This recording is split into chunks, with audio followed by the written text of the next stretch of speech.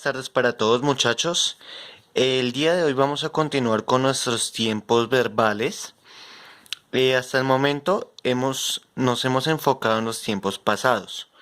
En las últimas 2 semanas hemos hablado del pasado simple y del pasado continuo, aunque no los hemos tratado mucho en clase, pero vamos a ir cerrando el círculo y poder aprender a manejarlos juntos, ¿vale?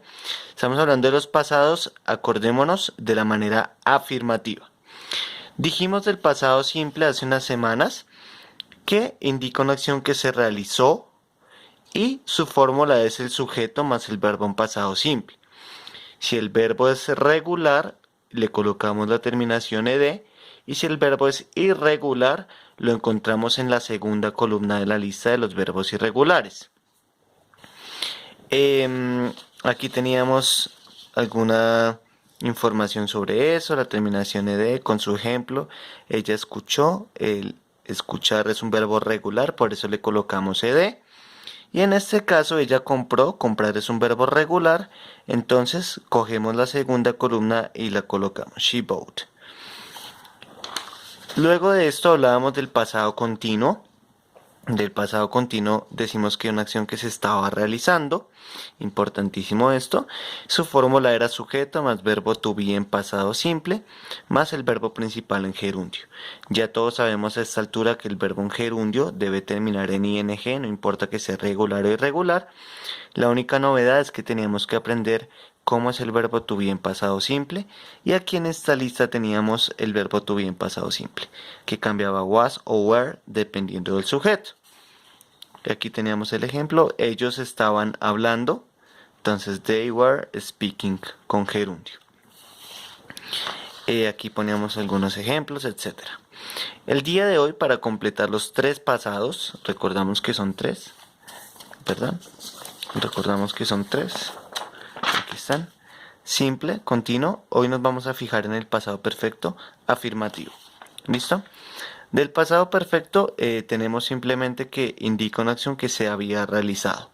Entonces ya tenemos 3 formas. Se realizó, se estaba realizando y se había realizado. Pasado simple, pasado continuo y pasado perfecto. ¿Listo? Se había realizado en el pasado.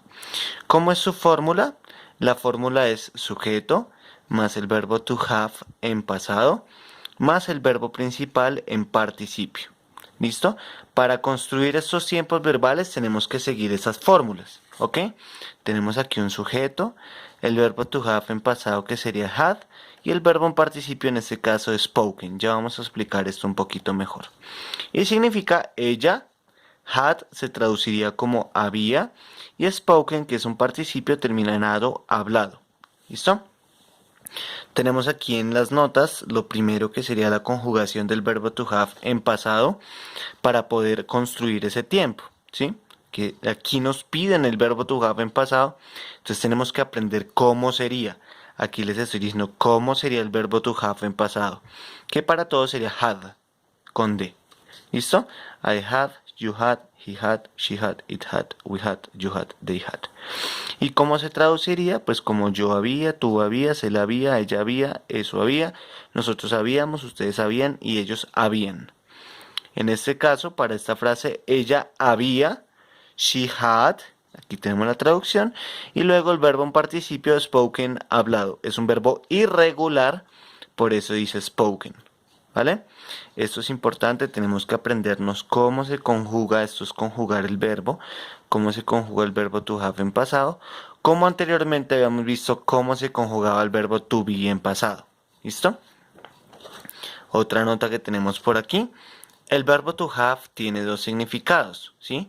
El verbo to have como verbo principal significa tener, pero como verbo auxiliar significa haber. En este caso del tiempo pasado perfecto, to have viene siendo un auxiliar. ¿Por qué se llaman verbos auxiliares? Porque están auxiliando, están ayudando a construir una frase. En este caso, una frase en pasado perfecto. ¿Sí? Además, aquí también tenemos otro verbo que es el verbo principal en participio. ¿Listo? Entonces, en este caso, el verbo to have significa haber, había. ¿Listo? Entonces aquí tenemos unos ejemplos.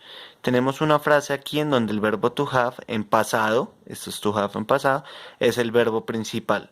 I had a dog. Va inmediatamente el verbo, inmediatamente indica qué es lo que se tiene o lo que se tuvo. Se traduciría como yo tuve un perro. ¿Sí? No tiene sentido que yo diga yo había un perro. ¿Sí? O sea, ahí no se puede traducir como haber. En cambio, en la segunda frase ya tenemos un verbo en participio. Aquí tenemos un sustantivo, aquí tenemos un verbo en participio. Entonces, cuando el verbo to have en pasado o en presente va acompañando a un participio, sería un verbo auxiliar y se traduce como haber. Cuando no va acompañando un verbo en participio, sino que acompaña un sustantivo o cualquier otra cosa, es un verbo principal y significa tener, ¿vale? Que se escriben igual, se traducen diferente. Yo tuve un perro, yo había jugado. Yo no puedo decir yo tuve jugado, no tiene sentido, ¿sí? Entonces hay que aprender a distinguir eso. Finalmente, la tercera nota, el participio de los verbos es, esto lo habíamos visto cuando hablamos de los modos verbales. Si el verbo es regular, el participio termina en ed. Aquí tenemos un ejemplo, we had, nosotros habíamos, y el verbo en participio, to listen, que es un verbo regular, le ponemos la terminación en ed. Listened y significa escuchado, porque es participio. Si el verbo es irregular, se mira en la tercera columna.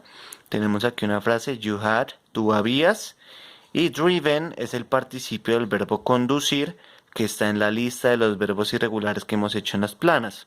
To drive, drove, driven, tercera columna. ¿Listo? Tú habías conducido. Nosotros habíamos escuchado. Bueno, básicamente hasta el momento nosotros deberíamos o hemos estudiado estas diferentes posibilidades. Infinitivo, gerundio, participio, pasado simple, pasado continuo y pasado perfecto. ¿Sí?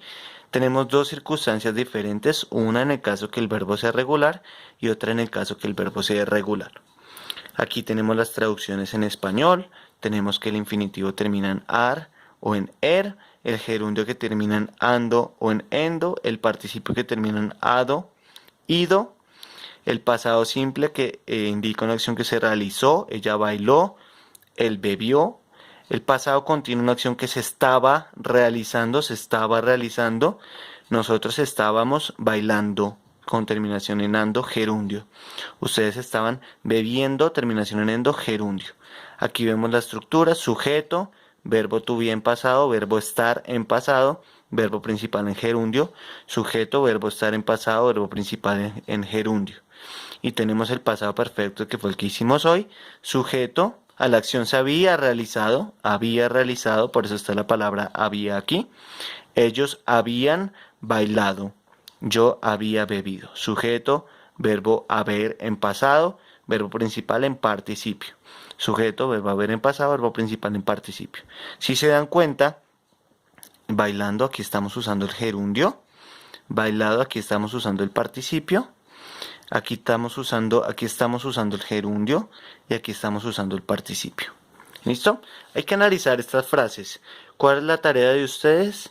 Que las escriban en inglés, ¿vale? Teniendo en cuenta que bailar es un verbo regular y que beber es un verbo irregular. ¿Dónde pueden encontrar la palabra beber? En sus planas ya tienen ese verbo. Y el verbo regular bailar, creo que todo el mundo lo sabe, se dice to dance. To dance. Entonces, tarea para nosotros o para ustedes es escribir estas mismas frases al frente de cada uno, cómo se diría en inglés siguiendo las explicaciones, siguiendo la explicación del pasado simple, siguiendo la explicación del pasado continuo y siguiendo la explicación del pasado perfecto en ambas circunstancias.